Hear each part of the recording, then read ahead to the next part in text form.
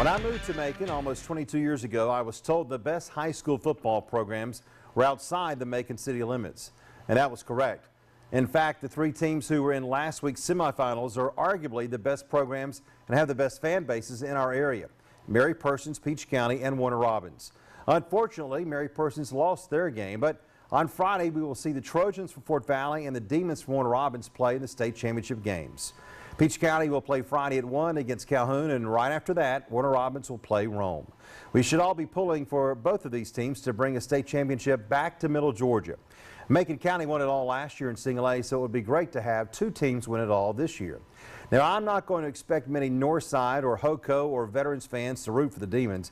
I know that may be a bit too much to ask, but the rest of us can root like crazy for these two teams. Both have great stories. Peach County has a great team led by head coach Chad Campbell.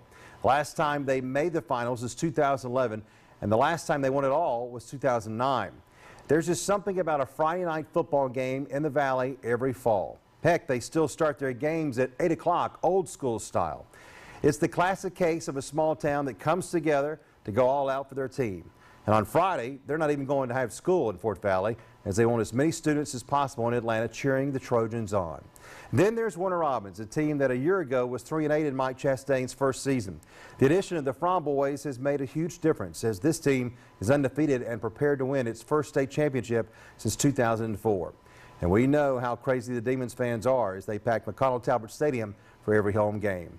From growing up in the small South Georgia town of Waycross, I know how important high school football is to a community. This year's state finals matchup in 6A is interesting to me, as it matches Coffee against Lee County. This is the best season ever for both of these schools, so you know the cities of Douglas and Leesburg are off the chain this week. Then in Single A, you'll have Clinch County and Irwin County. Now, Clinch County has won 6 state titles in the last 30 years, so they're used to this. But the folks in Ocilla have waited 42 years since their last state championship. It's hard to believe the season is almost over, but the state championship games start Friday morning at 10 at Mercedes-Benz Stadium.